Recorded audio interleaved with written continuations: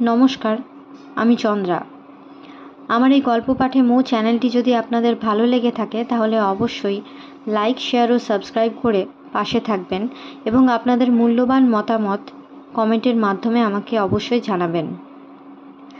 আজকে পাঠ করছি শ্রী বিভূতিভূষণ বন্দ্যোপাধ্যায়ের অপরাজিত। শুরু করছি। স্কুলের সেক্রেটারি, স্থানীয় বিখ্যাত চাউল ব্যবসায়ী রামতারণ গুঁইয়ের বাড়ি এবার পূজার খুব ধুমধাম। স্কুলের বিদেশি মাস্টার মহাশয়েরা কেহ বাড়ি যান নাই। এই বাজারে চাকুরিটা যদি বা জুটিয়া গিয়াছে, যখন সেক্রেটারির মনোতুষ্টি করিয়া সেটা তো বজায় রাখিতে হইবে। তাহারা পূজার কয়দিন সেক্রেটারি বাড়িতে প্রাণপণ পরিশ্রম করিয়া লোকজনের আদর অভ্যর্থনা, খাওয়ানোর বিলি বন্দোবস্ত প্রভৃতিতে মহাব্যস্ত। সকলে বিজয়া দশমীর পরদিন বাড়ি যাইবেন। অপুর হাতে ছিল ভাড়ার ঘরের চার্জ। কয়দিন রাত্রি 10টা-11টা পর্যন্ত খাটিবার পর বিজয়া দশমীর দিন বৈকালে সে ছুটি পাইয়া কলিকাতায় আসিল। প্রায় 1 বৎসরের একঘেয়ে এই পাড়াগেঁয়ে জীবনের পর বেশ লাগে শহরের এই সজীবতা। এই দিনটার সঙ্গে বহু অতীত দিনের নানা উৎসব চপল আনন্দ স্মৃতি জড়ানো আছে। কলিকাতায় আসিলেই যেন পুরানো দিনের সেসব উৎসবরাজি তাহাকে পুরাতন সঙ্গী বলিয়া চিনিয়া ফেলিয়া প্রীতিমধুর কলহাস্যে আবার তাহাকে ব্যগ্র আলিঙ্গনে আবদ্ধ করিয়া ফেলিবে। পথে চলিতে চলিতে নিজের ছেলের কথা মনে হইতে লাগিল বারবার। তাহাকে দেখা হয় নাই, কি জানি কী রকম দেখিতে হইয়াছে, অপর্ণার মতো না তাহার মতো। ছেলের উপরে অপু মনে মনে খুব সন্তুষ্ট ছিল না। অপর্ণার মৃত্যুর জন্য সে মনে মনে ছেলেকে দায়ী করিয়া বসিয়াছিল বোধহয়। ভাবিয়াছিল পূজার সময় একবার সেখানে গিয়া দেখিয়া আসিবে, কিন্তু যাওয়ার কোনো তাগিদ মনের মধ্যে খুঁজিয়া পাইল না। চক্ষু লজ্জার খাতিরে খোকার পোশাকের দরুন 5টি টাকা শ্বশুরবাড়িতে মানি অর্ডার করিয়া পাঠাইয়া পিতার কর্তব্য সমাপন করিয়াছে। আজিকার দিনে শুধু আত্মীয় বন্ধুবান্ধবদের সঙ্গে সাক্ষাৎ করিতে ইচ্ছা যায়, কিন্তু তাহার কোনো পূর্ব পরিচিত বন্ধু আজকাল আর কলিকাতায় থাকে না। কে কোথায় ছড়াইয়া পড়িয়াছে।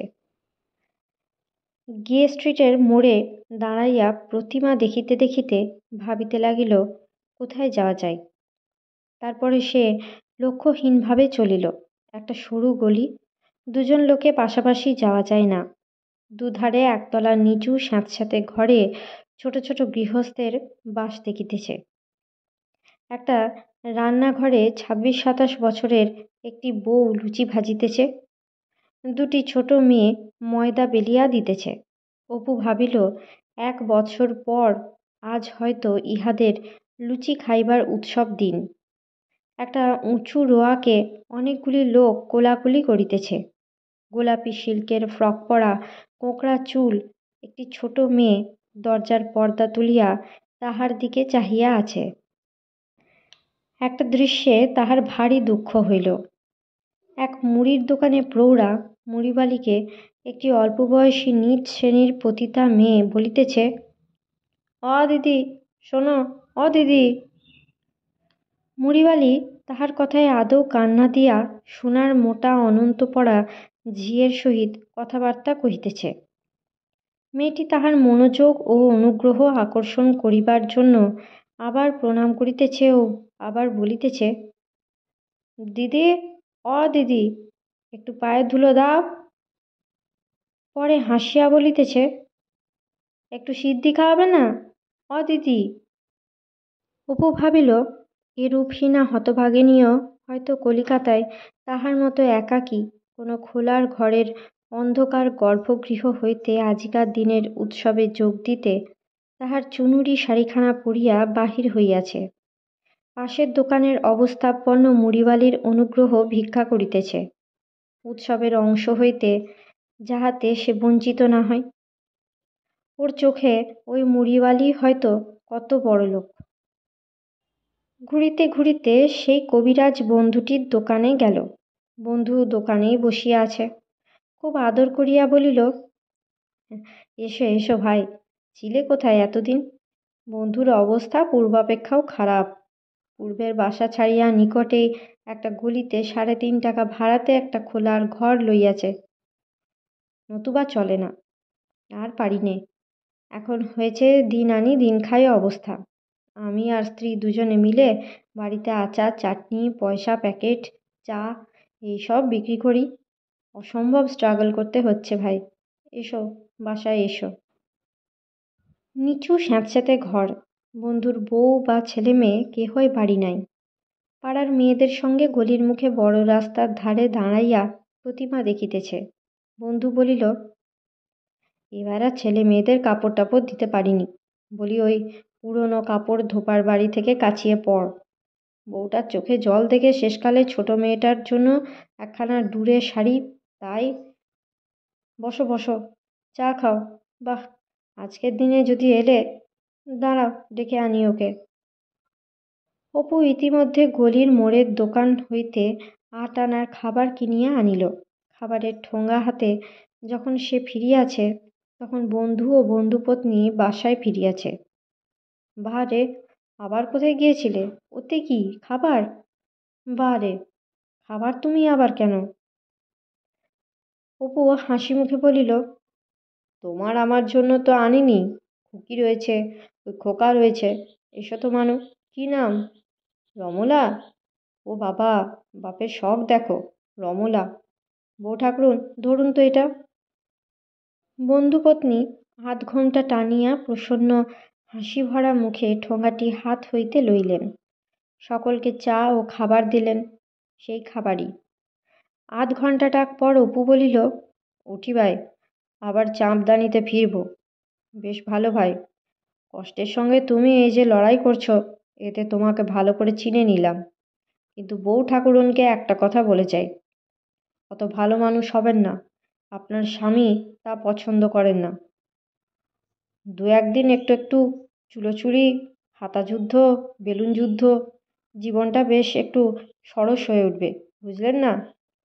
এ আমার মত নয় কিন্তু, আমার এই বন্ধুটির মত। আচ্ছা আসি, নমস্কার।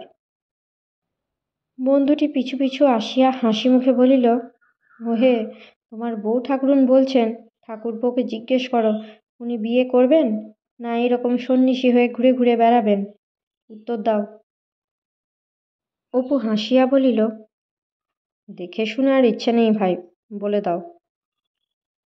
বাহিরে আসিয়া ভাবে, আচ্ছা, তবু এরা আজ ছিল বলে বিজয়ের আনন্দটা করা গেল। সত্যি শান্ত বউটি।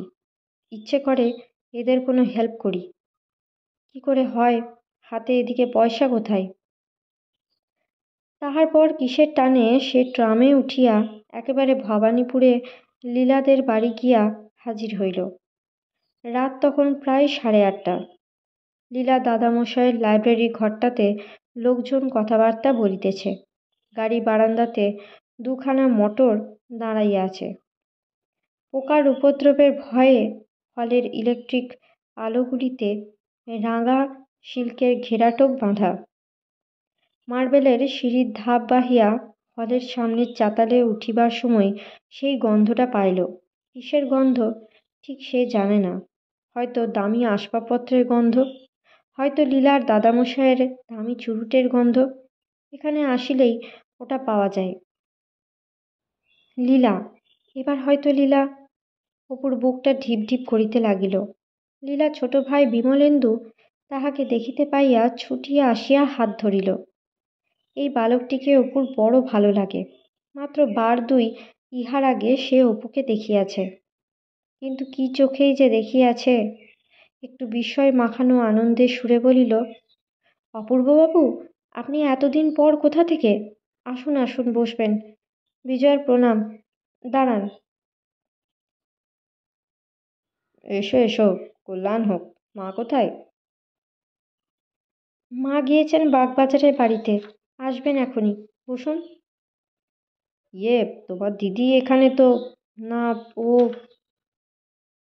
এক মুহূর্তে সারা বিজয়া দশমীর উৎসবটা, আজিকার সকল ছুটাছুটি ও পরিশ্রমটা অপুর কাছে বিস্বাদ, নীরস, অর্থহীন হইয়া গেল।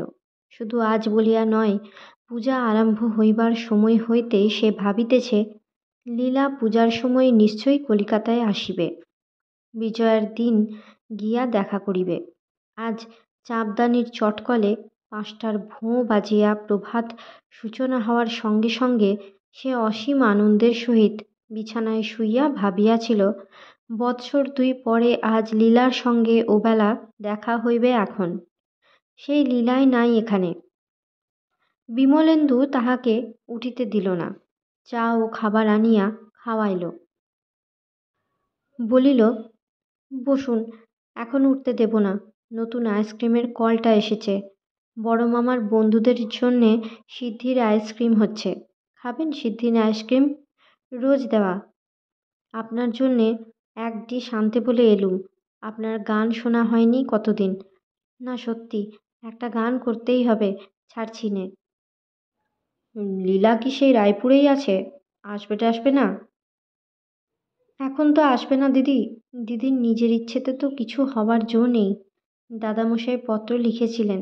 জামাইবাবু উত্তর দিলেন, এখন নয়, দেখা যাবে এরপর। তাহার পর সে অনেক কথা বলিল। অপু এসব জানিত না। জামাইবাবু লোক ভালো নয়, খুব রাগী বদমেজাজি। দিদি খুব তেজি মেয়ে বলিয়া পারিয়া ওঠে না। তবু ব্যবহার আদৌ ভালো নয়। নিচু সুরে বলিল, নাকি খুব মাতালো। দিদি তো সব কথা লেখে না, কিন্তু এবার বড়দিদির ছেলে কিছুদিন বেড়াতে গিয়েছিল নাকি গরমের ছুটিতে। সে এসে সব বললে। বড়দিদিকে আপনি চেনেন না? সুজাতাদি এখানেই থাকেন, এসেছেন আজ। ডাকবো তাকে? অপুর মনে পড়িল সুজাতাকে। বড় বৌরানীর মেয়ে, বাল্যের সেই সুন্দরী তন্বী সুজাতা।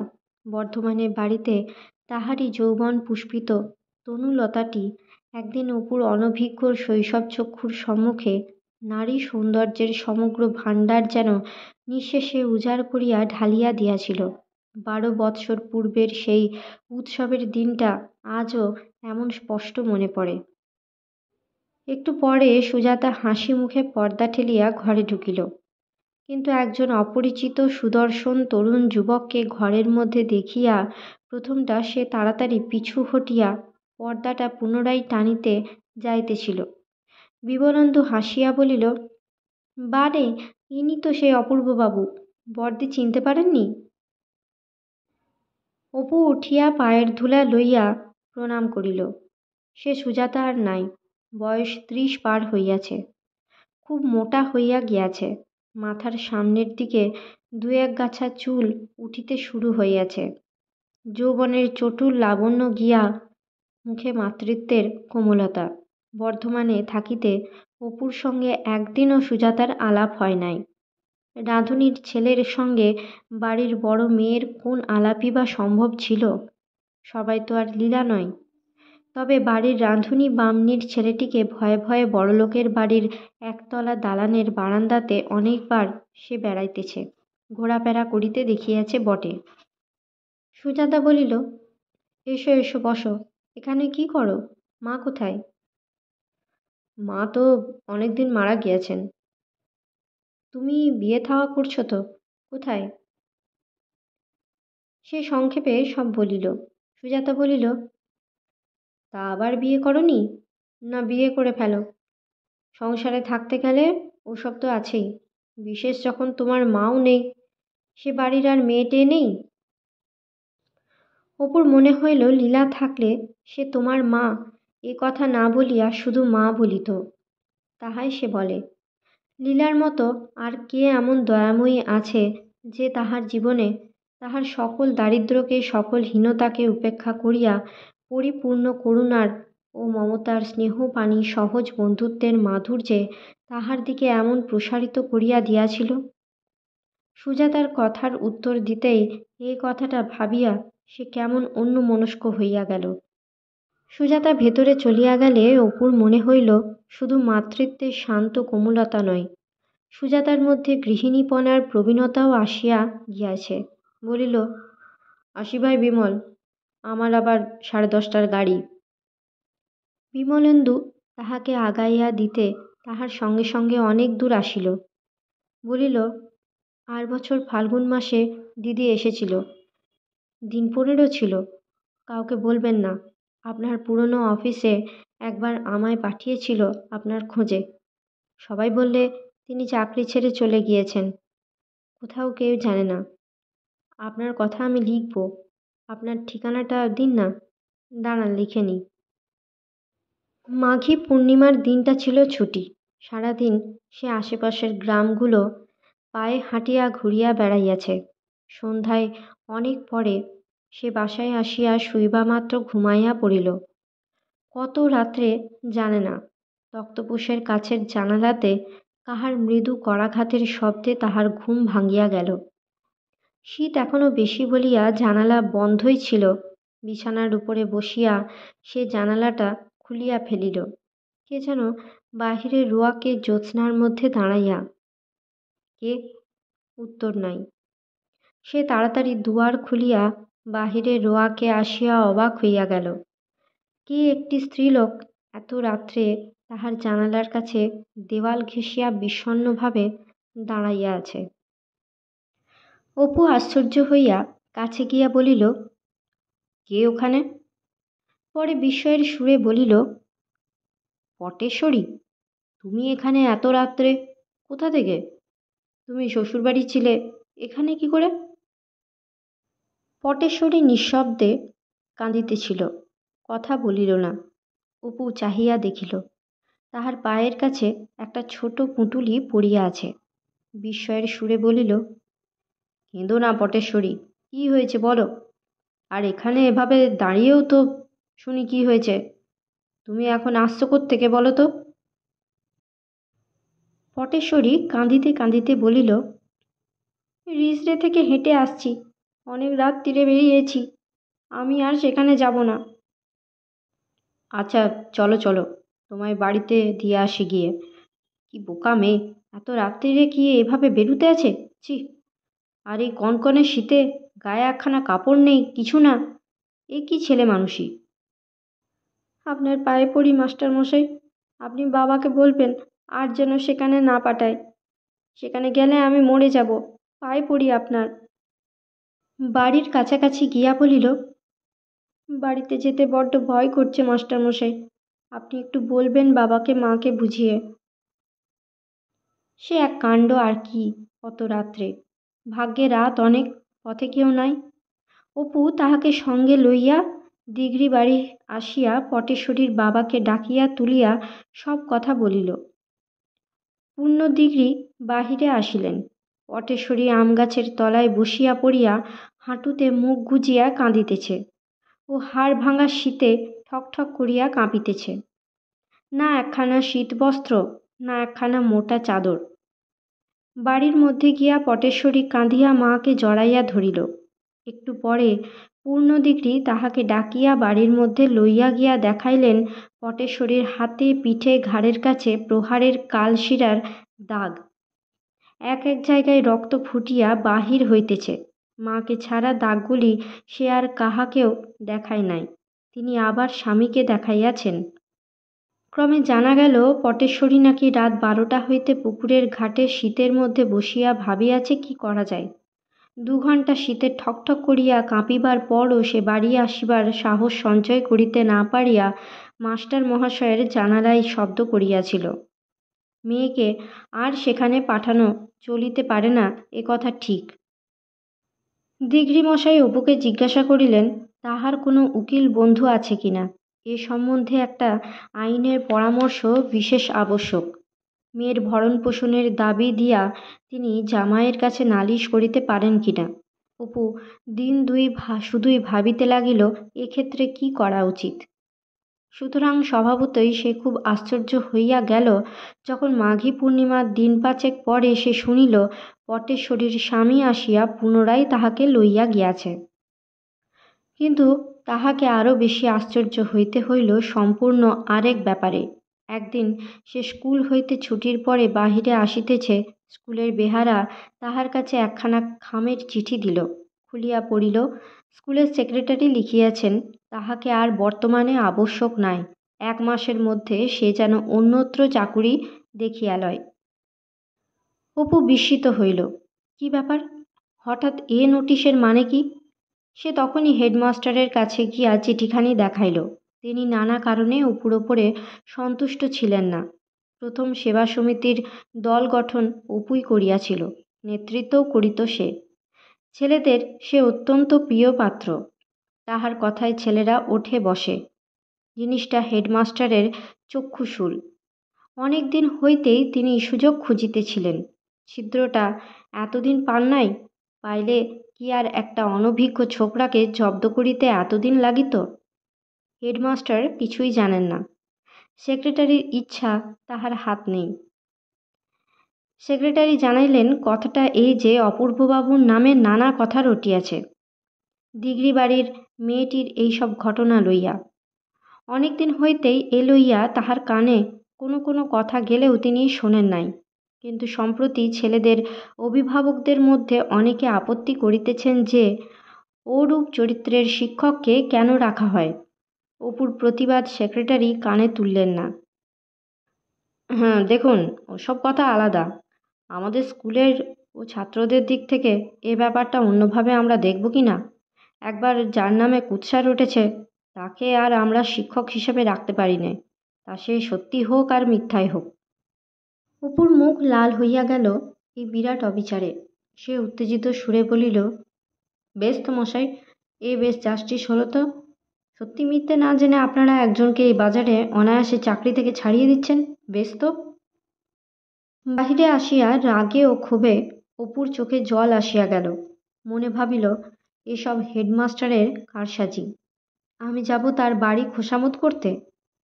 যাই যাক চাকরি, কিন্তু এদের অদ্ভুত বিচার বটে। ডিফেন্ড করার একটা সুযোগ তো খুনি আসামিকেও দেওয়া হয়ে থাকে, তাও এরা আমায় দিলে না।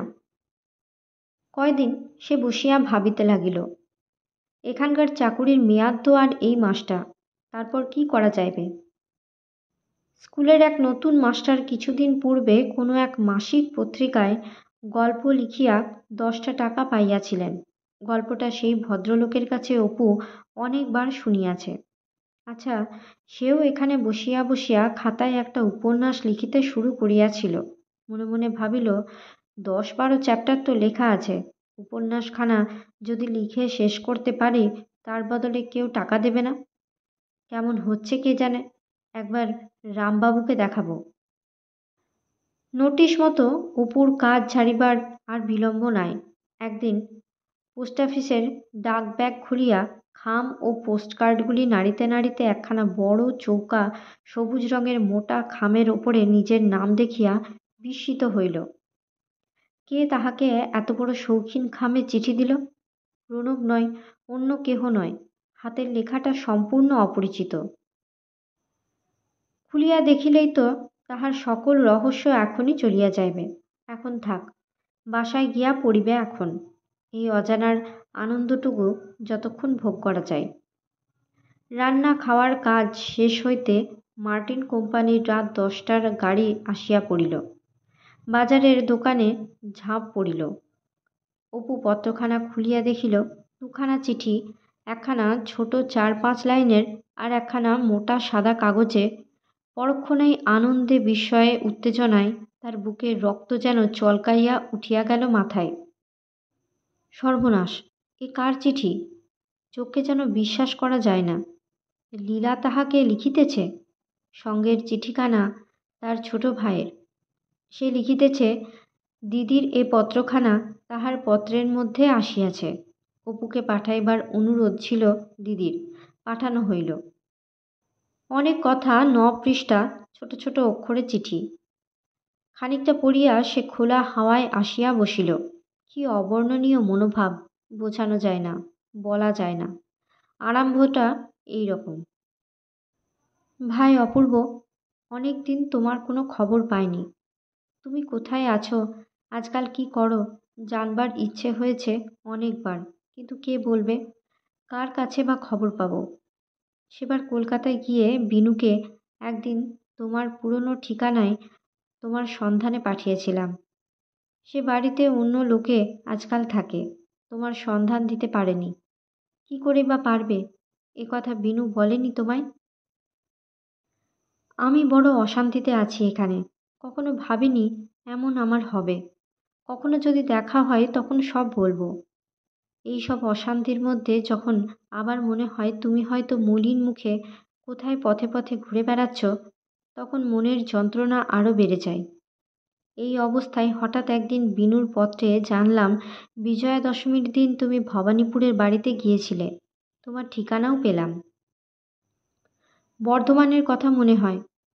কত আদরের বর্ধমানের বাড়িতে আজকাল আর যাওয়ায় জো নেই। জ্যাঠামশাই মারা যাওয়ার পর থেকে রমেনদা বড় বাড়াবাড়ি করে তুলেছিল। আজকাল সে যা করছে তা তুমি হয়তো কখনো শোনোওনি। মানুষের ধাপ থেকে সে যে কত নিচে নেমে গিয়েছে, আর যা কীর্তি কারখানা তা লিখলে পুঁথি হয়ে পড়ে। কোনো মারোয়ারির কাছে নিজের অংশ বন্ধক রেখে টাকা ধার করেছিল। এখন তার পরামর্শে পার্টিশন শ্যুট আরম্ভ করেছে বিনুকে ফাঁকি দেবার উদ্দেশ্যে। এসব তোমার মাথায় আসবে কোনোদিন?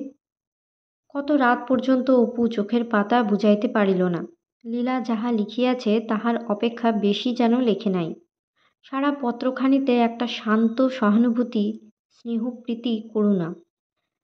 এক মুহূর্তে আজ 2 বৎসর ব্যাপী এই নির্জনতা অপুর যেন কাটিয়া গেল। এইমাত্র সে ভাবিতেছিল সংসারে সে একা, তাহার কেহ কোথাও নেই। লীলার পত্রে জগতের চেহারা যেন এক মুহূর্তে বদলাইয়া গেল। একা, তাহার কেহ কোথাও নাই। কোথায় সে, কোথায় লীলা?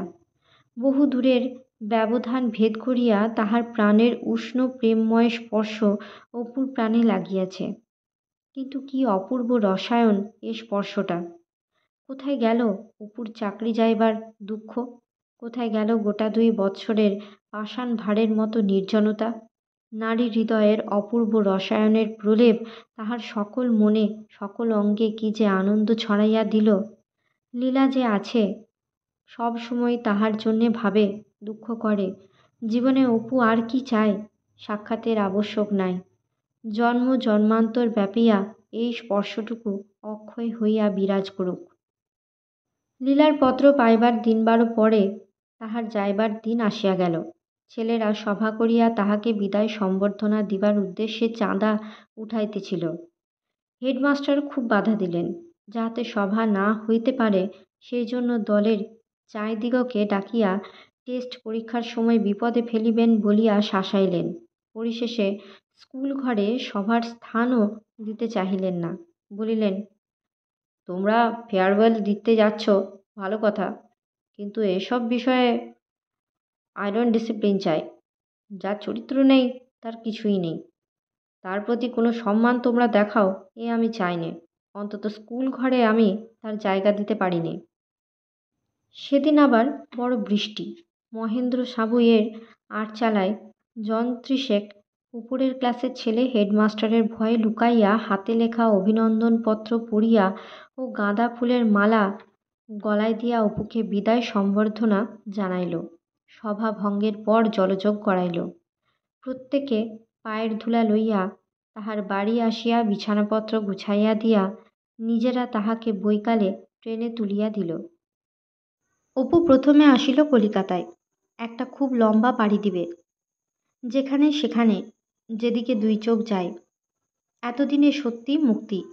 আর কোনো জালে নিজেকে জড়াইবে না। সব দিক হইতে সতর্ক থাকিবে।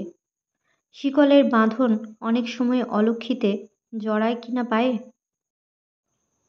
ইম্পিরিয়াল লাইব্রেরিতে গিয়া সারা ভারতবর্ষের ম্যাপ ও অ্যাটলাস কয়দিন ধরিয়া দেখিয়া কাটাইল। ড্যানিয়েলের ওরিয়েন্টাল সিনারি ও পিঙ্কার্টের ভ্রমণ বৃত্তান্তের নানা স্থান নোট করিয়া লইল।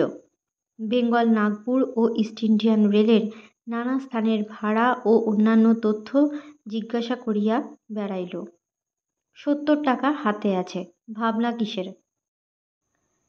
কিন্তু যাওয়ার আগে একবার ছেলেকে চোখের দেখা দেখিয়া যাওয়া দরকার না? সেই দিনই বৈকালের ট্রেনে সে শ্বশুরবাড়ি রওনা হইল।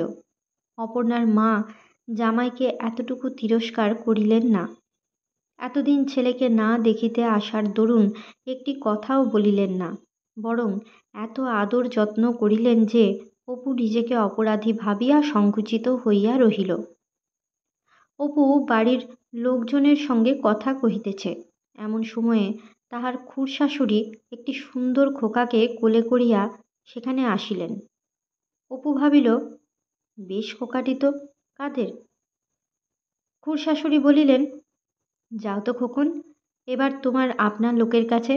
ধন্যি, যা হোক, এমন নিষ্ঠুর বাপ কখনো দেখিনি। যাও তো একবার কোলে। ছেলে 3 বৎসর প্রায় ছাড়াইয়াছে।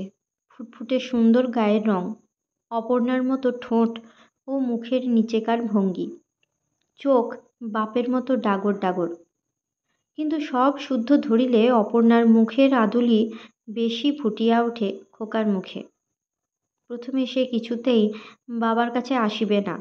অপরিচিতি মুখ দেখিয়া ভয়ে দিদিমাকে জড়াইয়া রহিল। অপুর মনে ইহাতে আঘাত লাগিল। সে হাসি মুখে হাত বাড়াইয়া বারবার খোকাকে কোলে আনিতে গেল। ভয়ে শেষকালে খোকা দিদিমার কাঁধে মুখ লুকাইয়া রহিল। সন্ধ্যার সময় খানিকটা ভাব হইল। তাহাকে 2-1বার বাবা বলিয়াও ডাকিল। একবার কি একটা পাখি দেখিয়া বলিল, ফাঁকি ফাঁকি, ওই একটা ফাঁকি নেব বাবা। পকে কচি জিভ ও ঠোঁটের কি কৌশলে ফ বলিয়া উচ্চারণ করে, কেমন অদ্ভুত বলিয়া মনে হয়। আর এত কথাও বলে খোকা, কিন্তু বেশিরভাগই বোঝা যায় না, উল্টোপাল্টা কথা। কোন কথার উপরে জোর দিতে গিয়া কোন কথার উপর দেয়। কিন্তু অপুর মনে হয় কথা কহিলে খোকার মুখ দিয়া মানিক ঝরে। সে যাহাই কেন বলুক না, প্রত্যেক ভাঙা অশুদ্ধ অপূর্ণ কথাটি অপুর মনে বিস্ময় জাগায়। সৃষ্টির আদিম যুগ হইতে কোনো শিশু যেন কখনো বাবা বলে নাই, জল বলে নাই। কোন অসাধ্য সাধনই না তাহার খোকা করিতেছে। পথে বাবার সঙ্গে বাহির হইয়াই খোকা বকুনি শুরু করিল। হাত পা নাড়িয়া কি বুঝাইতে চায় অপু না বুঝিয়াই অন্যমনস্ক সুরে ঘাড় নাড়িয়া বলে, ঠিক ঠিক। তারপরে কি হলো রে খোকা? একটা বড় সাঁকো পথে পড়ে। খোকা বলে, বাবা যাব, ওই দেখব। অপু বলে, আস্তে আস্তে নেমে যা, নেমে গিয়ে একটা কু করবি।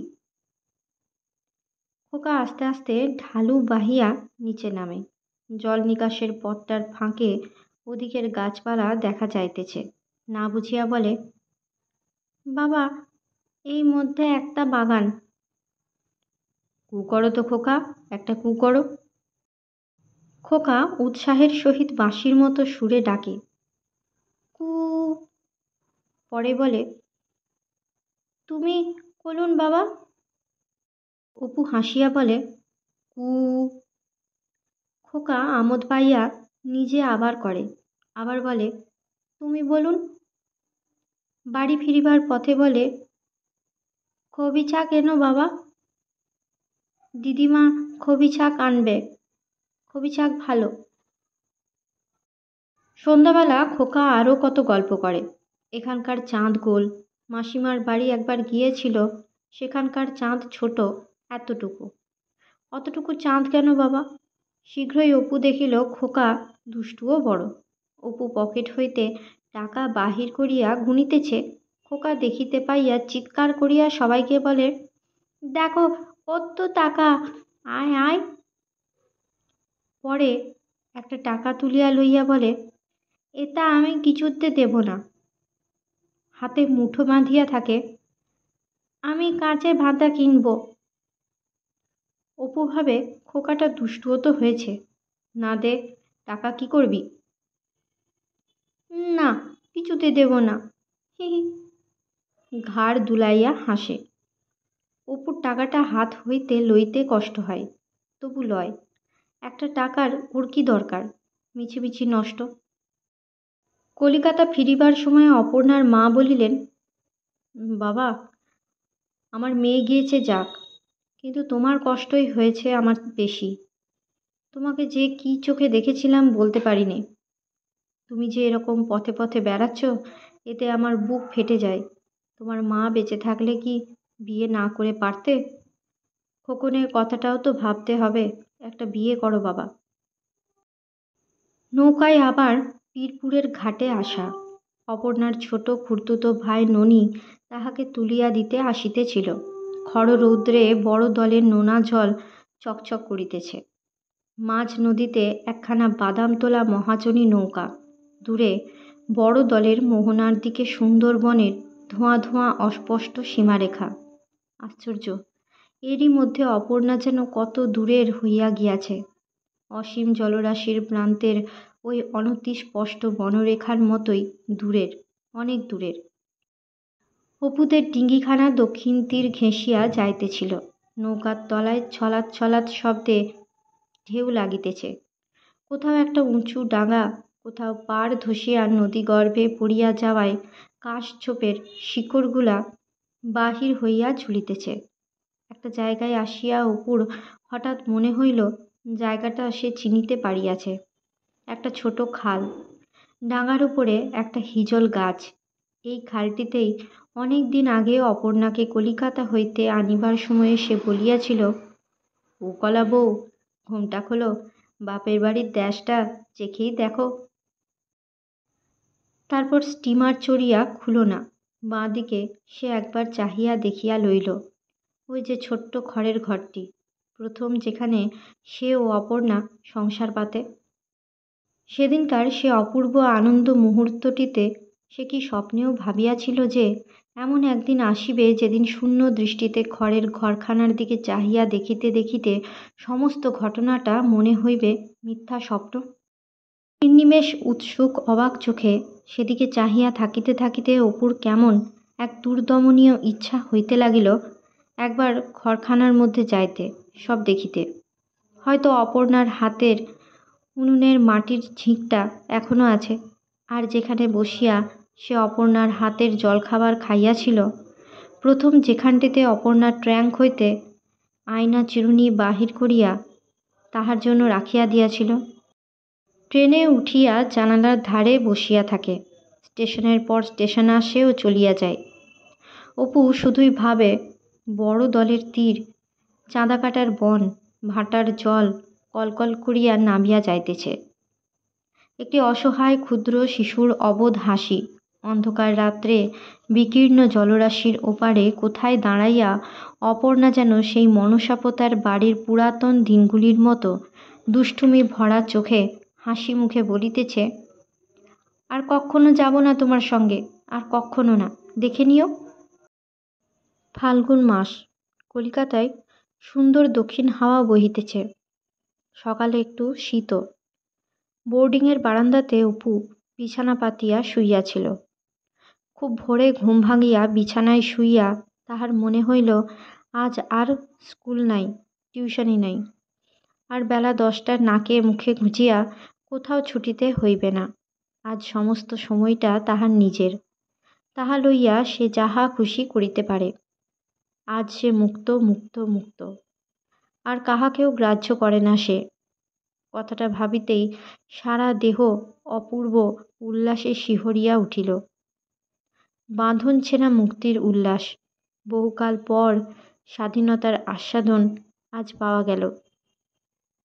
ওই আকাশের ক্রমবিলীয়মান নক্ষত্রটার মতোই আজ সে দূরপথের পথিক।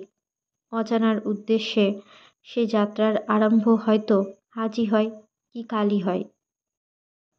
পুলকিত মনে বিছানা হইতে উঠিয়া নাপিত ডাকাইয়া কামাইল, ফর্সা কাপড় পরিল।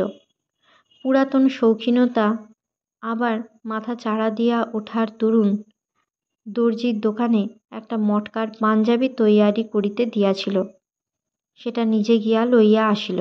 ভাবিল, একবার ইম্পিরিয়াল লাইব্রেরিতে গিয়ে দেখে আসি নূতন বই কি এসেছে। আবার কতদিনে কলিকাতায় ফিরি কে জানে। বৈকালে মিউজিয়ামে রকফেলার ট্রাস্টের পক্ষ হইতে মশক ও ম্যালেরিয়া সম্বন্ধে বক্তৃতা ছিল, অপুও গেল। বক্তৃতাটি সচিত্র। একটি ছবি দেখিয়া সে চমকিয়া উঠিল। মশকের জীবনেতিহাসের প্রথম পর্যায়ে সেটা থাকে কীট, তারপর হঠাৎ কীটের খোলস ছাড়িয়া সেটা পাখা গজাইয়া উড়িয়া যায়। ঠিক যে সময়ে কীট দেহটা অসাড় প্রাণহীন অবস্থায় জলের তলায় ডুবিয়া যাইতেছে, নব কলেবরধারী মশকটা পাখা ছাড়িয়া জল হইতে শূন্যে উড়িয়া গেল। মানুষের তো এমন হইতে পারে। জলের তলায় সন্তরণকারী অন্যান্য মশক কীটের চোখে তাদের সঙ্গী তো মরিয়াই গেল। তাদের চোখের সামনে দেহটা তলাইয়া যাইতেছে, কিন্তু জলের ঊর্ধ্বে যে জগতে মশক নবজন্ম লাভ করিল, এরা তো তার কোনো খবরই রাখে না। সে জগতে প্রবেশের অধিকার তখনও তারা তো অর্জন করে নাই। মৃত্যু দ্বারা, অন্তত তাদের চোখে তা মৃত্যু।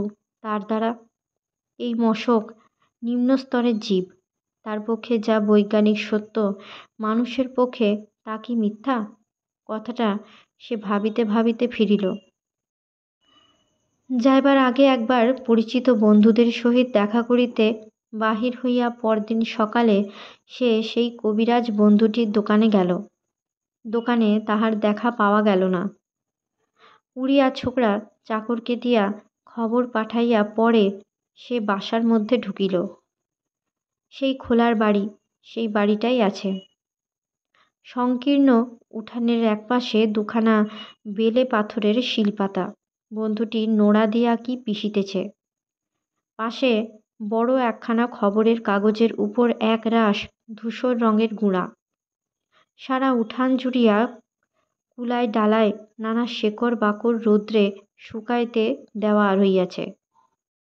বন্ধু হাসিয়া বলিল, এসো এসো, তারপর এতদিন কোথায় ছিলে? কিছু মনে করো না ভাই, খারাপ হাত, মাজন তৈরি করছি।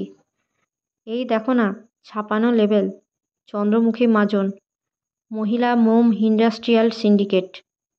আজকাল মেয়েদের নাম না দিলে পাবলিকের সিম্প্যাথি পাওয়া যায় না, তাই ওই নাম দিয়েছি। বসো বসো। ওগো, বার হয়ে এসো না, অপূর্ব এসেছে, একটু চা টা করো।